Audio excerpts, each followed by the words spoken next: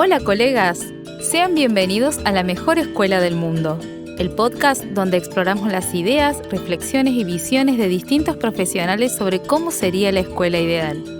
Soy Ivana Quiroga y los invito a sumarse a este recorrido, a reflexionar, cuestionar y soñar con nosotros, mientras descubrimos juntos qué hace falta para construir una educación mejor.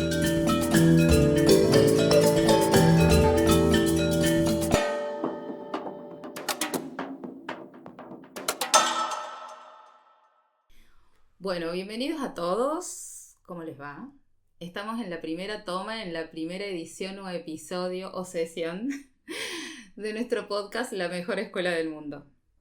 Estamos acá con Juan, que es nuestro primer entrevistado, que nos ha ofrecido el lugar, su casa, su espacio, para poder grabar. Así que bueno, lo vamos a conocer y de paso vamos a grabar el primer piloto. ¿Cómo estás, Juan? Muy bien, buenas tardes, un gusto saludar, bienvenidos a este espacio que no es mío personalmente, sino que es un espacio colectivo, que es el estudio de grabación de podcast de la Biblioteca Popular María Saleme, un estudio que fuimos montando a lo largo de los años con compañeros y compañeras, sobre todo y gracias a proyectos del Ministerio de Cultura entre los años 2012 y 2015 sobre todo. En base a eso fuimos consiguiendo en un momento una consola, en algún momento algún compañero donó auriculares, compramos cables, conseguimos micrófonos y tal. Y bueno, estamos en la sede de la Unión Obrera Gráfica de la provincia de Córdoba, que muy gentilmente y de manera muy solidaria nos alojan desde hace unos años ya. Y en el espacio en que ellos nos cedieron pudimos aislar un pedazo para poder montar un espacio de podcast que sirva como un espacio físico para producción cultural de organizaciones sociales, organizaciones políticas, de personas sueltas que por ahí tengan inquietudes y ganas de encarar proyectos desde lo sonoro. Así que bueno, es un gusto que puedan y que elijan también hacerlo acá. Para nosotros es un honor. Bienvenidas, bienvenidos y un gusto también ser el primero de tus entrevistados. Sí, nos va a traer suerte, eso esperamos. Ojalá que sí. Ojalá que sí. Bueno, te comentamos un poco acerca de qué se trata. Ustedes también en los anticipos seguramente han visto el espacio, han visto cuál es, digamos, la motivación de estos podcasts y hacia dónde apuntamos. Estamos preparando la mejor escuela del mundo y estamos en la parte de planificación. Así que estamos hablando con expertos para que nos asesoren acerca de cómo formar la mejor escuela del mundo. Así que vamos a ser un poco inquisidores, nos vamos a meter un poco con tu historia. Bueno, Y bueno, y de paso te conocemos. bien. Conocemos a nuestro equipo de trabajo. Bueno, Juan, ¿por qué deberíamos hablar con vos de educación? O sea, contanos un poco de tu vida, de tu formación. ¿Por qué deberíamos hablar con vos de educación? Bueno, creo que si tienen que hablar conmigo de educación, no es por mí en particular, sino por la riqueza que puede haber en hablar con muchas personas muy diferentes, con distintas trayectorias, con caminos muy disímiles, que han formado parte a lo largo de su vida, porque así es la sociedad en que nos criamos. Desde que nacemos prácticamente estamos institucionalizados. Y si todo sale bien, eso de mínima es hasta los 17, 18 años. Y si tenés la posibilidad, la suerte, las condiciones materiales, familiares y demás para poder continuar con esos estudios, esa institucionalización se prolonga por lo menos 5 o 6 años más, que muchas veces son 10 porque también hay que laburar. Sí. Y después sigue la formación y el aprendizaje permanente, eso en el ámbito institucional. Y aunque sea un lugar común, creo que el aprendizaje es algo que de alguna manera nos acompaña y nos enriquece permanentemente desde que nacemos hasta el último día que respiramos.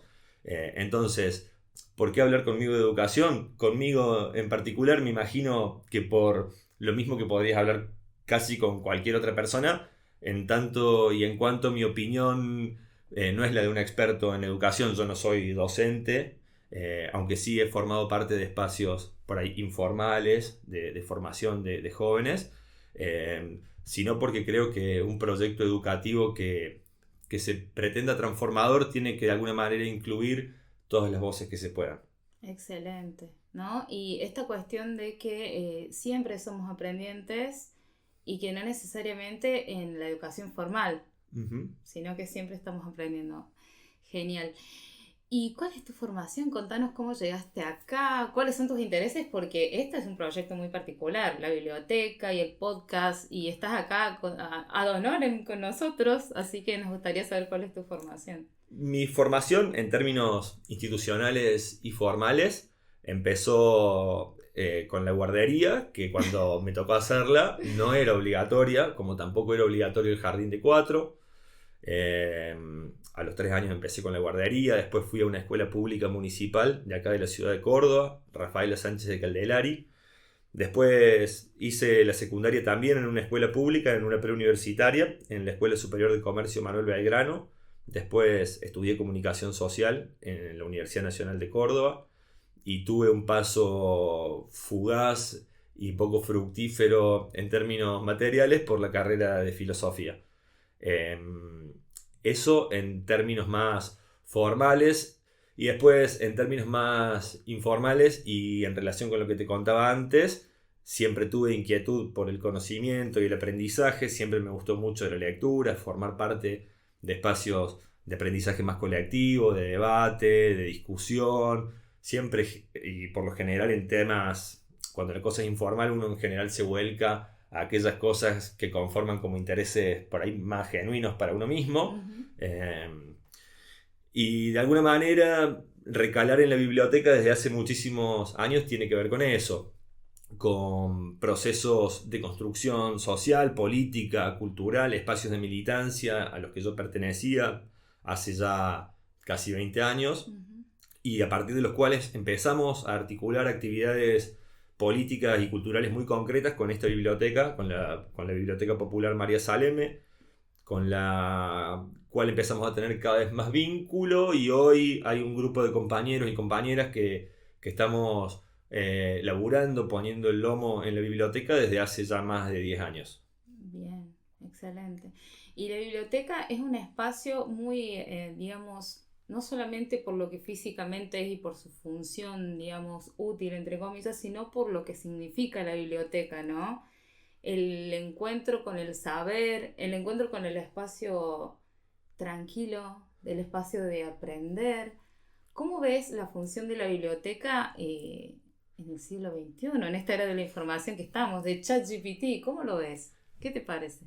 Yo creo que las bibliotecas populares, sobre todo en este contexto más actual, rebasan su función original de ser el espacio en el cual hay un repositorio de conocimiento más o menos vivo, más o menos muerto, eh, con materiales que están al alcance de uno, y entonces está en uno la posibilidad de acercarse a ese conocimiento.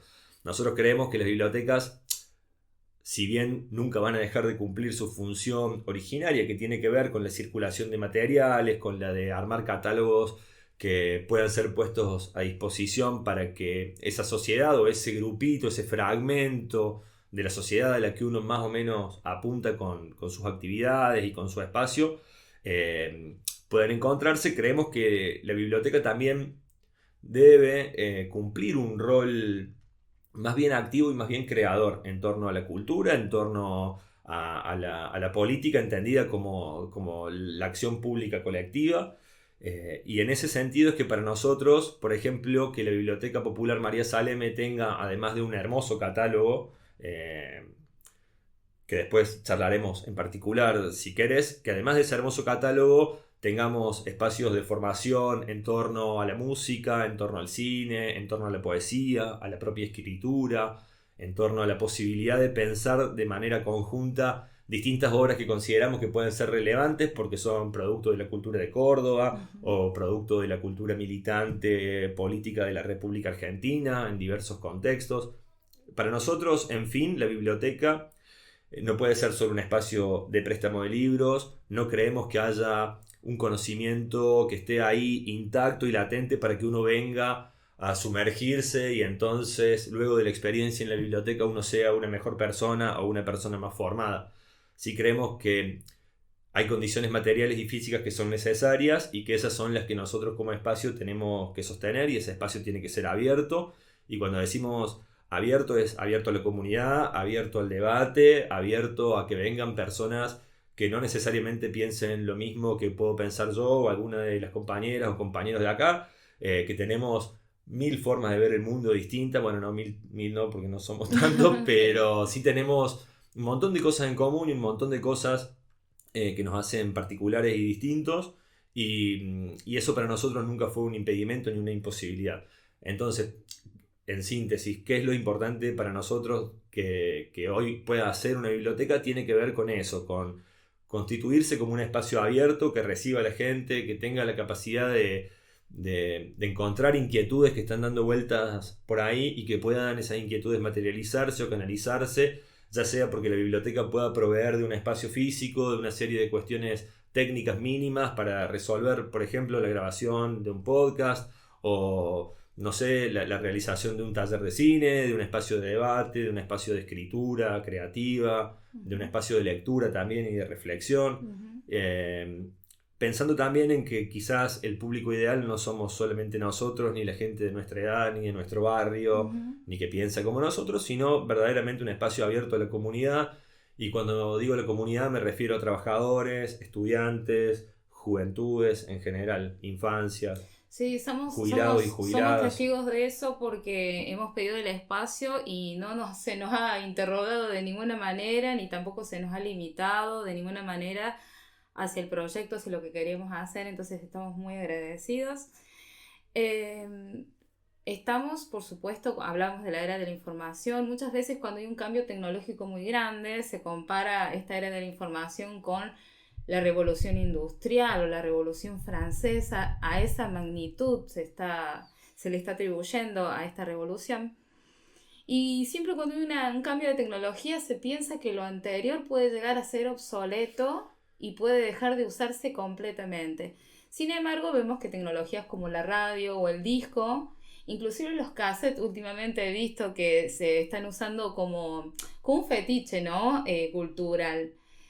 ¿Qué pensás vos que puede aportar el libro que no podría, en este caso, la inteligencia artificial con la que va a convivir? Nosotros creemos que va a convivir. ¿Qué pensás vos que le aporta el objeto libro, el dispositivo tecnológico libro? Yo creo que al tiempo se lo puede pensar como una linealidad que transcurre sin repetirse jamás, pero dentro de esa linealidad también hay un montón de espirales que van, que vuelven, que circulan, que recirculan, que retoman experiencias, tecnologías del pasado.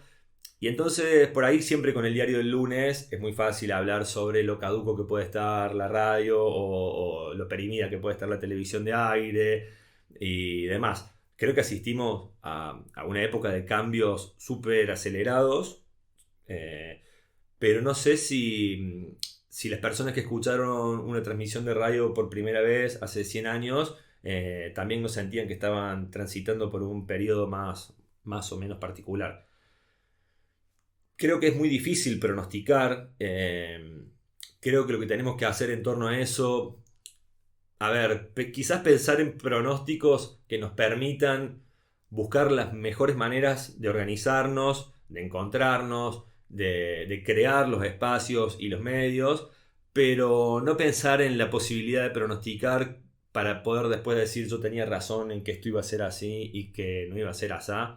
Sí, y esto es muy particular, no tiene que ver con una posición de la biblioteca. Creo que, volviendo sobre todo a lo primero que me preguntabas, creo que la muerte del libro como objeto físico se viene pronosticando por lo menos desde que yo era niño, porque en su momento fue la enciclopedia en carta que iba a reemplazar a los diccionarios y a las formas de conocimiento. Después fue la masividad del internet y de los buscadores, primero de Yahoo, después de Google, ahora el ChatGPT. No sé qué vendrá un poco más adelante, probablemente robots que resuelvan ciertas cuestiones materiales que reemplazarán a la mano de obra humana y tal. Pero creo que hay algo de eso que no va a terminarse nunca. Respecto de los libros puntualmente, se viene pronosticando su muerte desde hace décadas y si vos te pones más o menos fina a buscar, hay cada vez más editoriales, hay cada vez más personas que escriben, más imprentas que imprimen. Está bien, las condiciones van cambiando, el papel es cada vez más caro, se van generando formas monopólicas o oligopólicas en torno a la circulación de eso y a la producción de esos materiales quizás, pero el libro como objeto no creo que esté cerca de morir o de desaparecer, creo que más bien es todo lo contrario. Si bien, insisto, las bibliotecas populares, creo yo, no tienen ya por única función, o desde hace mucho en realidad no tienen como única función, la del préstamo de libros, sino la de constituirse como espacios de encuentro y de producción cultural. Creo que el libro en sí mismo está cada vez más vivo. Sí, sí, y adquiriendo distintos formatos. Pude pasar por la Feria del Libro y veíamos cómo los libros en el mismo dispositivo de información que son, ¿no? De codificación escrita, agregan, ¿no? Además de la ilustración, objetos, experiencias. Vi un libro de terror que tenía, digamos, era un espíritu que venía a tomar el té con las personas y venía con el té, por ejemplo, ese tipo de cosas.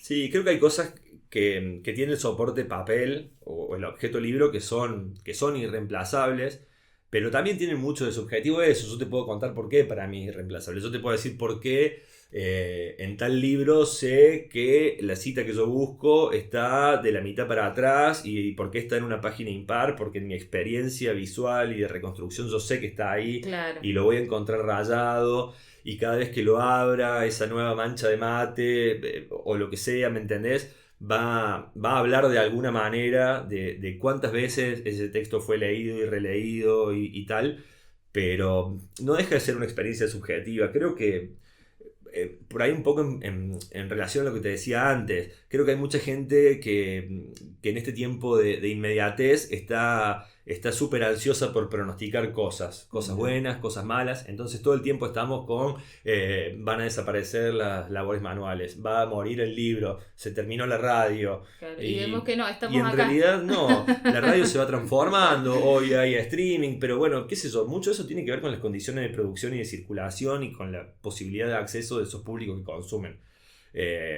Si uno piensa que la radio es el aparatito que en algún momento fue a válvulas, después fue a la corriente y qué sé yo, es la única forma de pensar la radio, y bueno, sí, quizás la radio que escuchaba mi abuela ya cada vez exista menos, Claro. pero no por eso existe menos la radio en sí. Claro.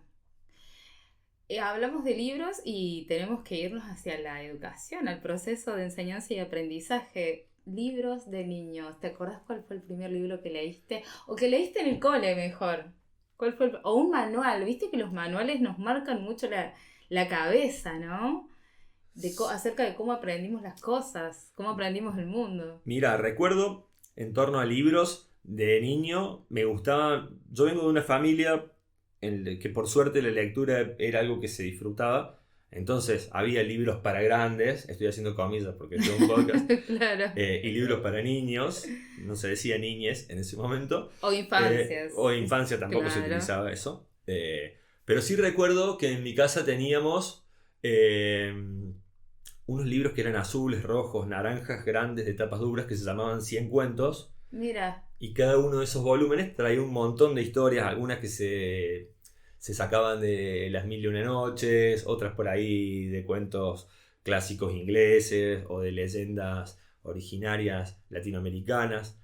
Recuerdo los cuentos del Pailuchi también, que eran libros ilustrados. Era como una especie de estos cuentos que eran como didácticos, ¿no? Que te enseñaban una lección de la vida, ¿o no? Sí, ese último que te menciono del Pailuchi era más bien, era dentro de su planificación, digo, dentro de su idea de que su público fuera infantil, claro, entraba a poner en juego ciertos recursos como la ironía, el sarcasmo, la exageración, la mentira, en un personaje que era un gaucho argentino que bueno, agrandaba las historias y qué sé yo y tal.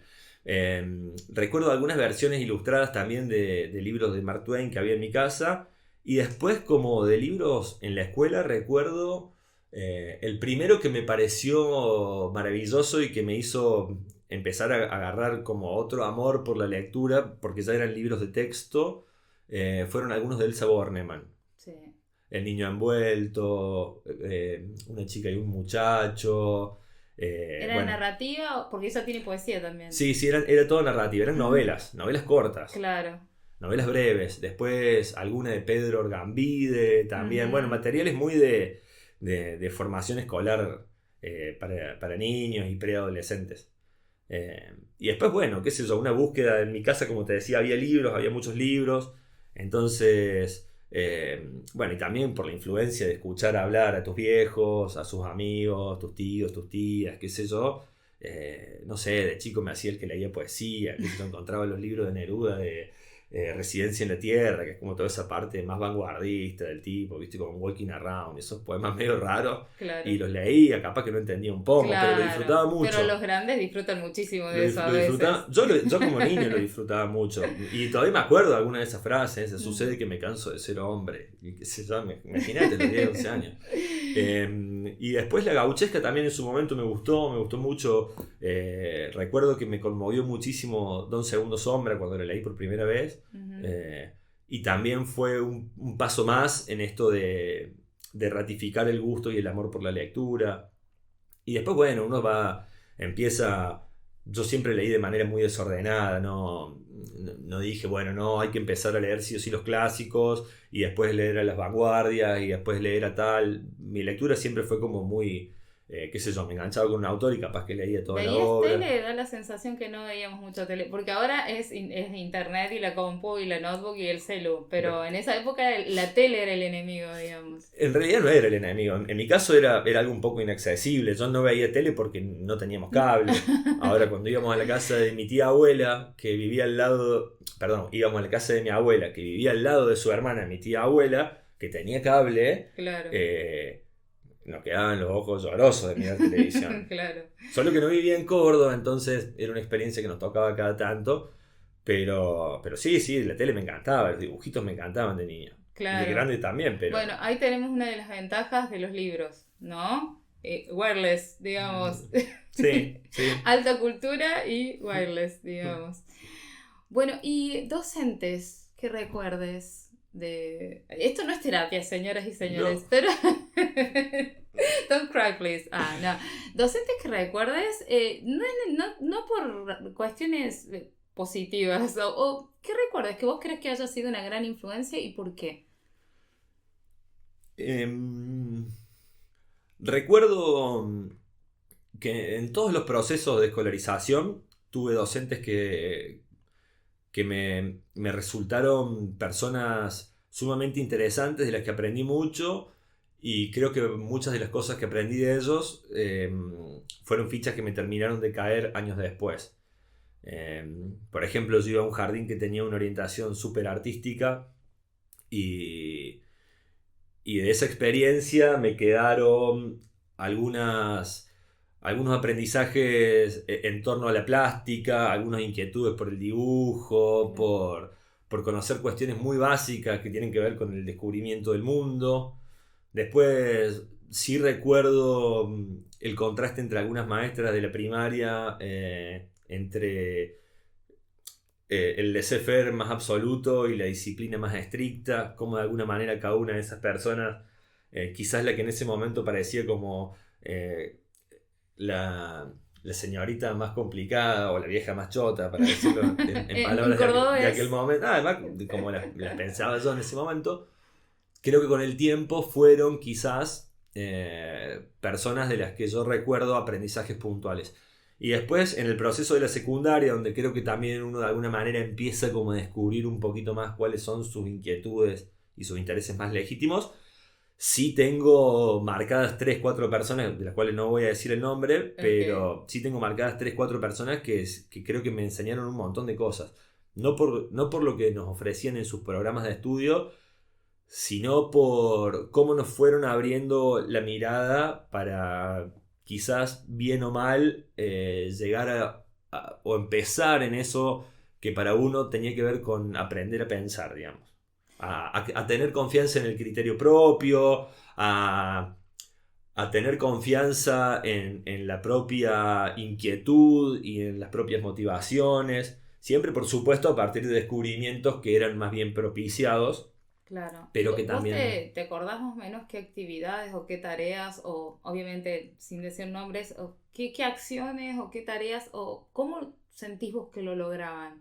Porque lo que estás diciendo es el objetivo de de la educación, ¿no? Formar personas críticas, personas que tengan sentido estético, personas que... Creo que se lograba un poco con prepotencia de trabajo, ¿sí?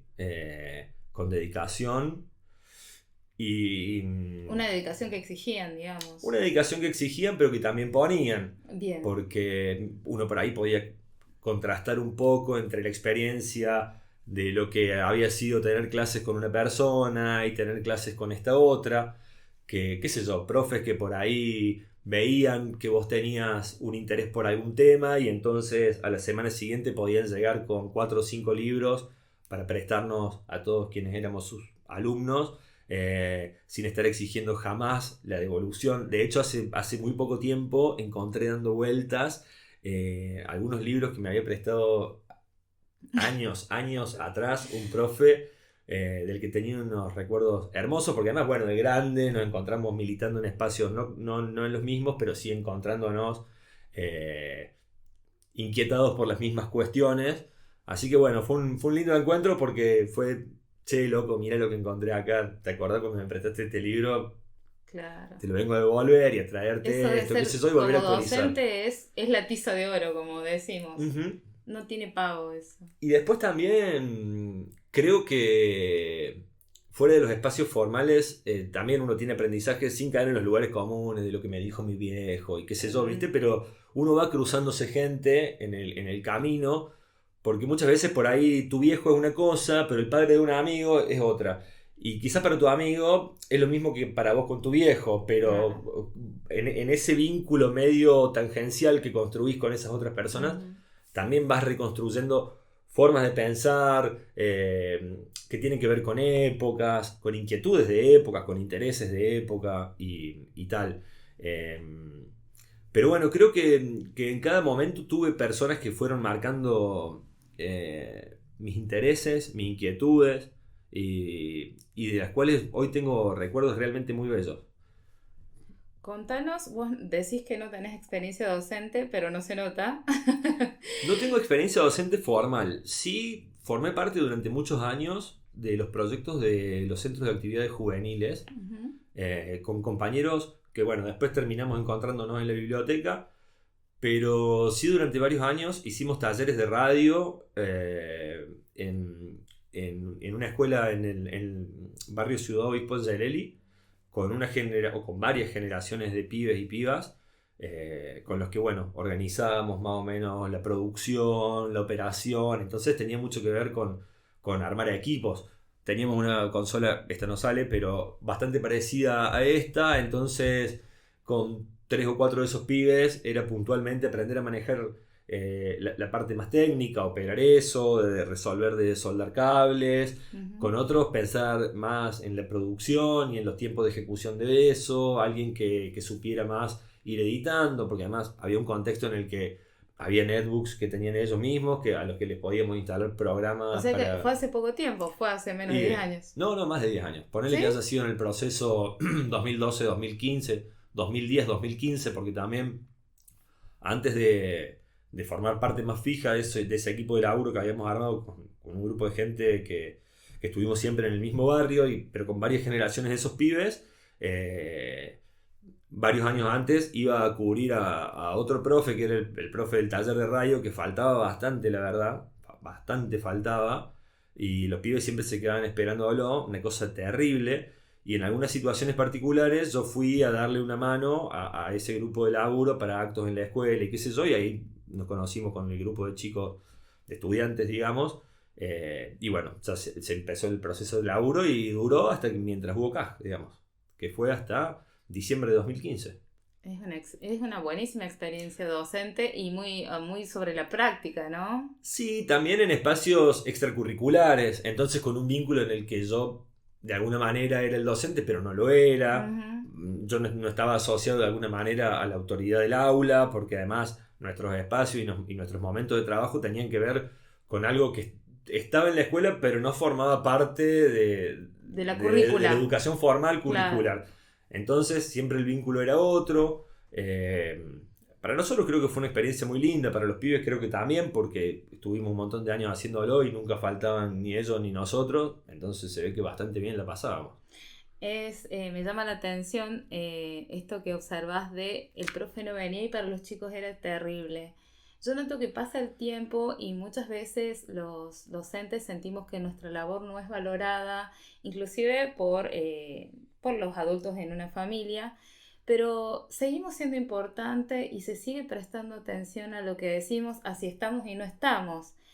Creo que en ese sentido seguimos estando bastante presentes y sigue siendo muy necesaria nuestro rol. ¿Estamos bien?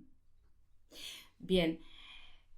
Lo que quiero preguntar antes de pasar a nuestra tareita es si vos sentís que en esta labor docente que tuviste, en este rol de coordinación, ¿no? y monitoreo que tuviste, tomaste algo de tus docentes. Si vos sentiste, para hacer esto yo me inspiré en tal persona, ¿lo pudiste notar o no?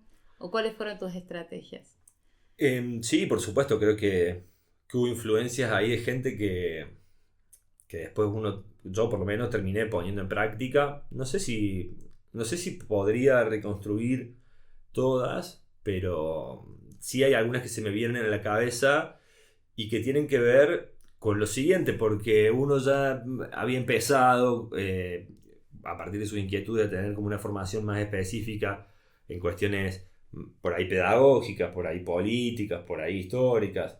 Y sí teníamos docentes que nos hinchaban mucho desde que éramos chicos, con Paulo Freire, y con esta idea de contraponer la educación bancaria a la educación creadora, y que entonces todos tenemos algo para enseñar y algo para aprender. Pero bueno, al final de cuentas, para que todos tengamos algo para enseñar y algo para aprender, hay que generar una cancha en la que juguemos todos, donde tu palabra valga y la mía también. Claro, claro. Porque no lo digo con ánimo de descalificar, pero digo, el verso de todos tenemos algo para aprender, pero ahora llegamos, vos te callas la boca, te sentás ahí y vas a hacer lo que yo te diga, de alguna manera va en contra de esa máxima, ¿no? Claro.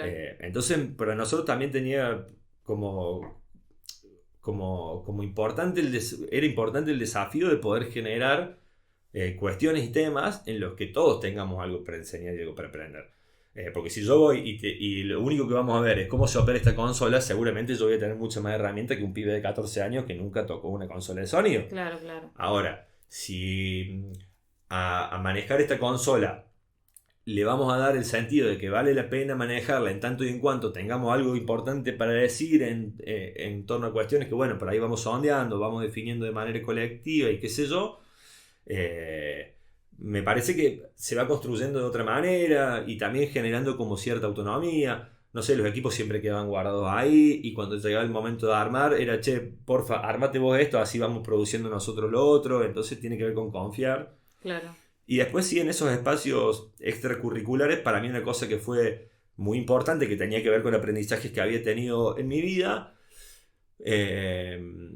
tenían que ver con esto de no intentar caer bien a toda costa. Entonces, hay ciertas reglas y ciertas normas que vamos a tener que cumplir todos.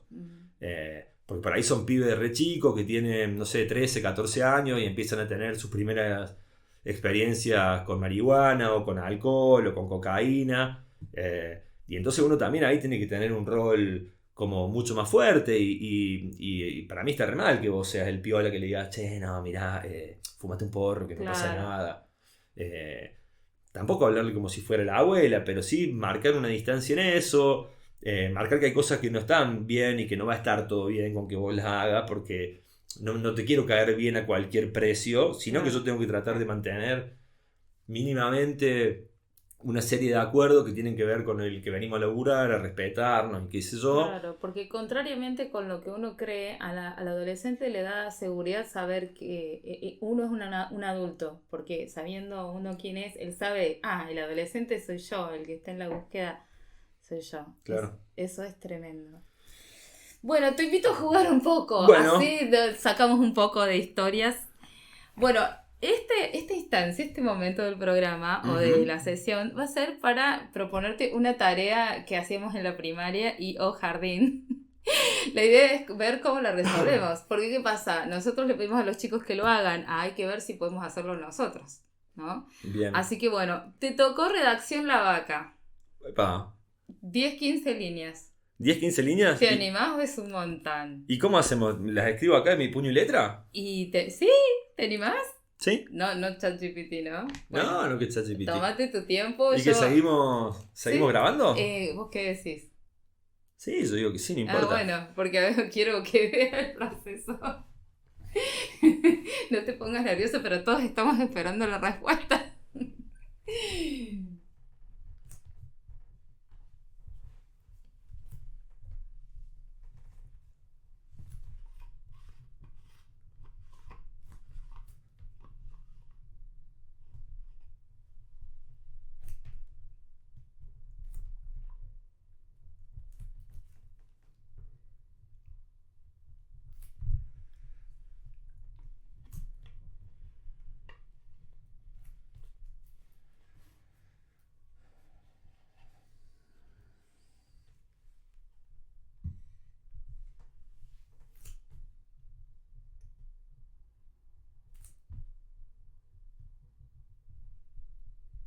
Nunca aprendí a escribir derecho. ¿Sí? Claro, sos zurdo, mirá.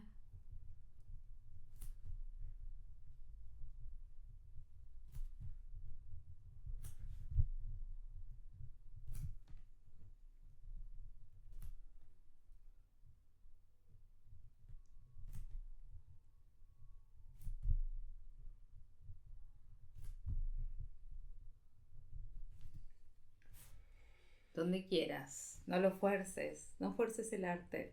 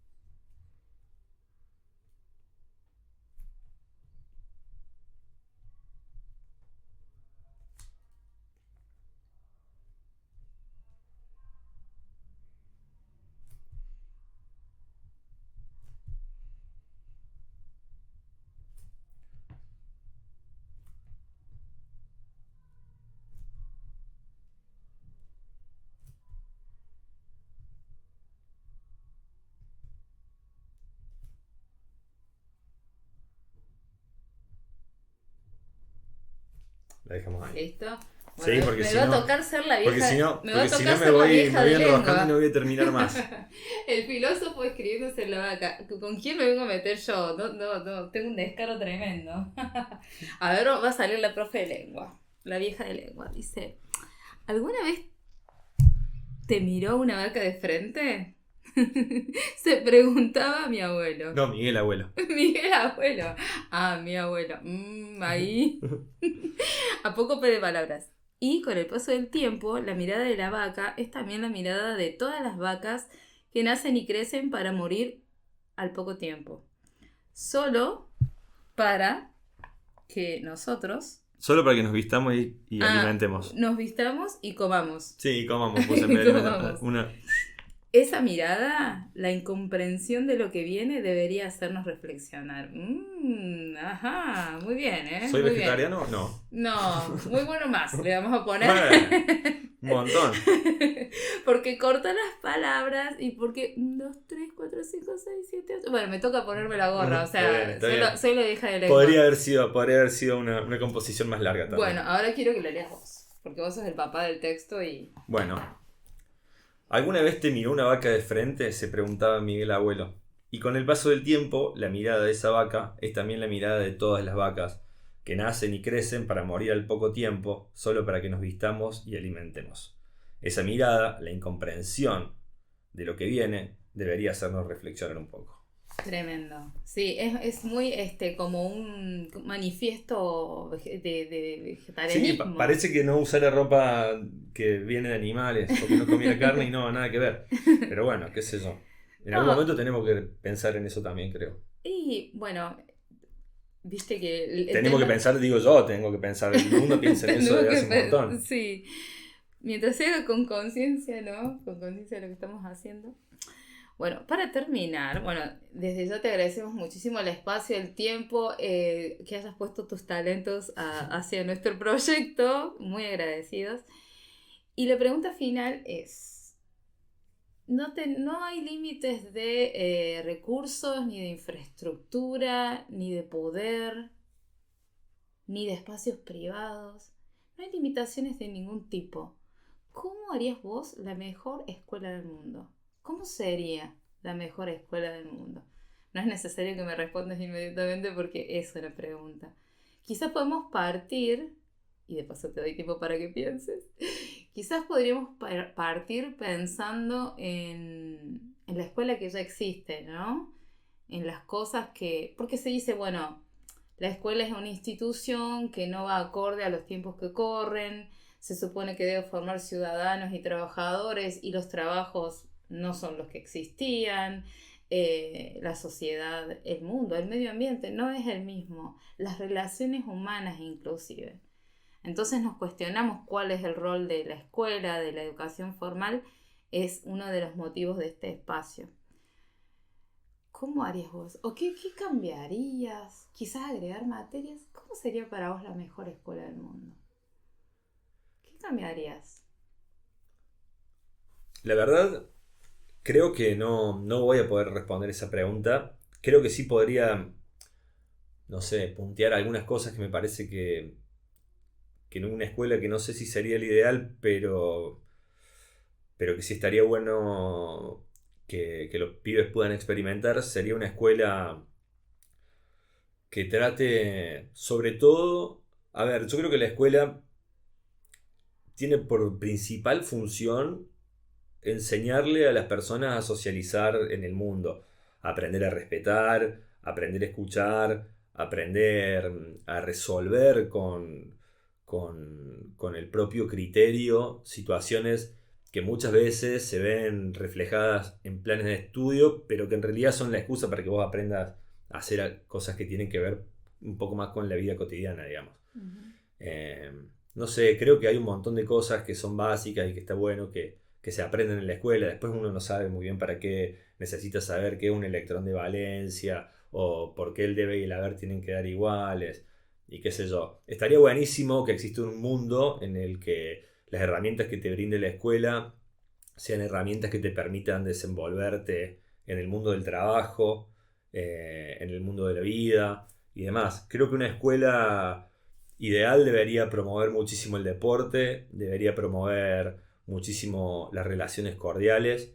Creo que una escuela ideal debería tener una serie de contenidos básicos que permitan, sobre todo, aprender a pensar, aprender a leer, aprender a interpretar y en base a eso también poder construir una confianza en el criterio propio, porque creo que al final de cuentas eso es lo que te ayuda a resolver las situaciones cuando estás solo, digamos. Y no pienso en una situación trágica, sino que la mayoría de las veces que vos tenés que tomar una decisión la tenés que tomar vos. Entonces, poder creer que el criterio propio vale la pena y vale de algo es una herramienta que está bueno que se promueva. Y después, cuestiones que tienen que ver con la salud, con el compañerismo, con el desarrollo personal, pero también físico, porque venimos adentro de este paquete y hay que cuidarlo Uh-huh. de alguna manera. La promoción del deporte creo que es básica. Creo que además el deporte es una herramienta que, que permite la comunión de pibes y pibas de la misma generación y es también, y debería ser o podría ser también una salida o una de las vías para la movilidad social ascendente, como pasa en muchos otros lugares. ¿Qué sé yo? No sé, vos pensás en Cuba, una isla con 3 millones de habitantes, y vos te fijás en los Juegos Olímpicos, la cantidad de medallas de oro que tiene, y no es que esté lleno de tipos que son unos capos y de minas que son unas genias, con condiciones sobrenaturales. No, hay entrenamiento, hay proyectos educativos, hay presupuesto, hay centros de entrenamiento. Entonces creo que el deporte es algo que es básico, que sería buenísimo que se promoviera mucho más desde la escuela, no solamente para que haya más jugadores de fútbol y cuestiones por el estilo, digo, porque al fútbol jugamos todos cuando somos pibes, los chicos, las chicas, y después los que llegan son menos del 1%, pero el deporte en sí, digamos, como disciplina, como aprendizaje, creo que es súper importante aprender a respetar y a respetarse. Creo que la escuela debería, sobre todo, centrarse en eso. Después, obvio, hay cuestiones que tienen que ver con el conocimiento formal, algunas cuestiones que son básicas y que son importantes, pero me parece que estaría bueno que se pudiesen centrar en toda esa otra parte que para mí es quizás una de las más importantes de la etapa de escolaridad de las personas, digamos. Bueno, Juan, te agradecemos nuevamente por tu participación, por el espacio. Y bueno, colegas, le trasladamos las preguntas a ustedes. Nos escuchamos respetuosamente. Para ustedes, ¿cómo sería la mejor escuela del mundo? ¿Qué les parece? Bueno, estamos en contacto. Y así llegamos al final de este episodio de la mejor escuela del mundo. Esperamos que la charla de hoy te haya hecho pensar en el futuro de la educación y que te haya llevado nuevas ideas sobre cómo podemos mejorar nuestras escuelas. Recordá que este proyecto es posible gracias al apoyo y la participación de personas como vos. Si te gustó lo que escuchaste y te gustaría ser parte de esta conversación, puedes hacerlo de dos maneras muy sencillas. Primero, compartiendo tu opinión. Queremos saber qué pensás. ¿Cómo sería para vos la mejor escuela del mundo? ¿Qué cambios crees que son urgentes en el sistema educativo? Podés dejarnos tus comentarios en nuestras redes sociales o directamente en la plataforma donde nos estás escuchando. Tu voz cuenta. Y si quieres apoyar este proyecto de una manera más directa, también podés hacerlo colaborando como oyente o como empresa. Nos encantaría seguir creando más contenido de calidad y profundizar en las ideas que nos ayudarán a transformar la educación. Si te sentís identificado con este propósito y podés hacerlo, puedes hacer tu donación a través de los medios que te dejamos en la descripción de este capítulo y en nuestras redes. Cada aporte, por pequeño que sea, nos permite seguir adelante. Y no te olvides, si te gustó lo que escuchaste, seguinos en nuestras redes sociales. Estamos en Instagram, YouTube, Spotify, LinkedIn, donde compartimos contenido adicional, reflexiones y novedades. Además, te invitamos a que lo comentes con amigos, colegas o familiares, para que se sumen a este diálogo cooperativo. Cuantos más seamos, más fuerte será la voz que podemos levantar por una educación mejor. Gracias por habernos acompañado en la mejor escuela del mundo. Nos encontramos en el próximo episodio. Hasta entonces, seguí soñando con esa escuela ideal, porque entre todos podemos hacerla realidad.